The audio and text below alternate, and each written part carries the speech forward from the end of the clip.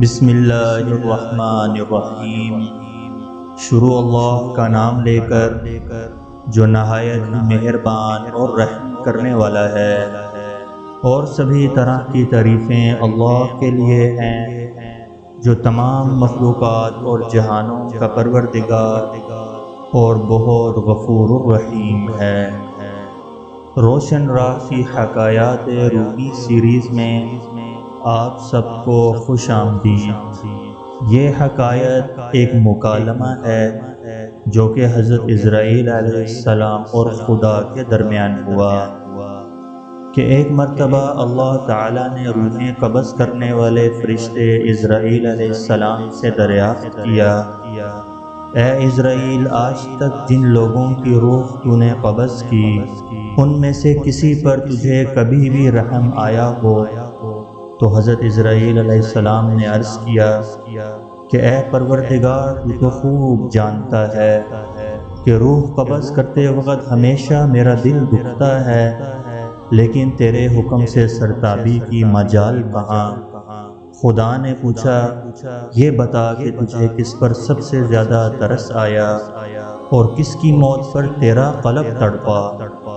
عزرائیل نے عرض کیا، یا الہی، ایک موت ایسی ہے جو بھلائے نہیں بھولتی، اور وہ غم ایسا ہے جو تنہائی میں بھی میرے ساتھ رہتا ہے کہ ایک کشتی مرد و زن سے بھری ہوئی سمندر میں سفر کر رہی تھی، تو نے حکم دیا کہ اس کشتی کو فنا کر دو، میں نے کشتی کو پاش پاش کر دیا، پھر تو نے فرمایا کہ سب مرد و زن کی روحیں قبض کر لو، لیکن ایک عورت اور اس کے نوزائیدہ بچے کو چھوڑ دو۔ میں نے اس حکم کی تعمیل کی، سب کی جانیں قبض کر لیں، ایک بہتے ہوئے تختے پر ماں اور اس کا بچہ رہ گئے، سمندر کی لہریں اس تختے کو اپنے ساتھ لیے آگے بڑھتی رہیں، اور تیز ہوا نے اسے آنن فانن سینکڑوں میل دور سمندر کے کنارے پر پہنچا دیا۔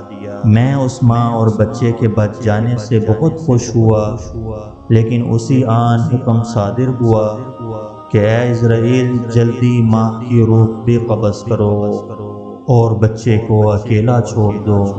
اے باری تعالیٰ، تو خوب جانتا ہے کہ یہ حکم پا کر میرا بھی کلیجہ کانپ گیا، اور جب میں نے اس طفل شیر خوار کو اس کی ماں سے الگ کیا تو مجھے کس قدر تکلیف پہنچی تھی۔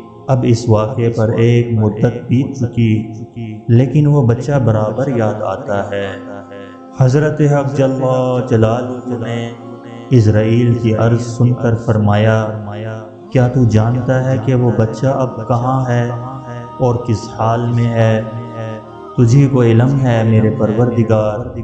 عزرائیل نے عرض کیا تو ارشاد عالی ہوا، اے عزرائیل سن، جب تو نے ماں کی روح قبض کی اور بچے کو تنہا چھوڑ دیا تو ہم نے سمندر کی موجوں کو حکم دیا کہ اس بچے کو احتیاط سے ایک ویران جزیرے میں ڈال دے۔ اس جزیرے میں ایک سرسبز اور گھنا جنگل تھا، یہاں صاف شفاف میٹھے پانی کے چشمے بہتے تھے اور بے شمار پھلدار درخت تھے۔ اس جزیرے پر ہم نے اپنے فضل و کرم سے محض اس بچے کی خاطر لاکھوں خوشنما اور حسین پرندے بھیجے جو ہر وقت چہچہاتے اور نئے سے نیا راگ سناتے تھے۔ ہم نے چنبیلی کے پھولوں اور پتوں کو حکم دیا کہ اس بچے کا بستر تیار کرو تاکہ وہ اس پر آرام کی نیند سوئے۔ ہم نے اسے ہر خوف اور ہر خطرے سے محفوظ کر دیا۔ آفتاب کو حکم دیا کہ اپنی تیز دھوپ اس پر نہ ڈالے، ہوا کو فرمان دیا کہ اس پر آہستہ آہستہ چلے، بادلوں کو حکم دیا کہ اس پر مینہ نہ برسائے، بجلی کو ہدایت کی کہ خبردار اسے اپنی تیزی دکھا کر مت ڈراؤ۔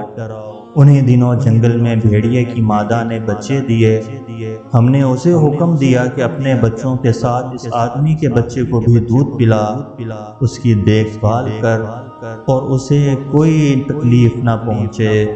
اے عزرائیل، اس نے بھی ہمارے حکم کی تعمیل کی یہاں تک کہ وہ تنہا اور بظاہر بے یار و مددگار بچہ پرورش پا کر خوب صحت مند اور بہادر ہو گیا۔ ہم نے اس کے پاؤں میں کبھی کانٹا بھی نہ چبھنے دیا۔ دنیا جہاں کی نعمتیں اس کو عطا کی اور وہ ان کا شکر بھی ادا کرتا تھا۔ اور اب اے ملک الموت، تو جانتا ہے وہ بچہ کہاں ہے اور کیا کر رہا ہے، تجھے کوئی علم ہے اے میرے پروردگار؟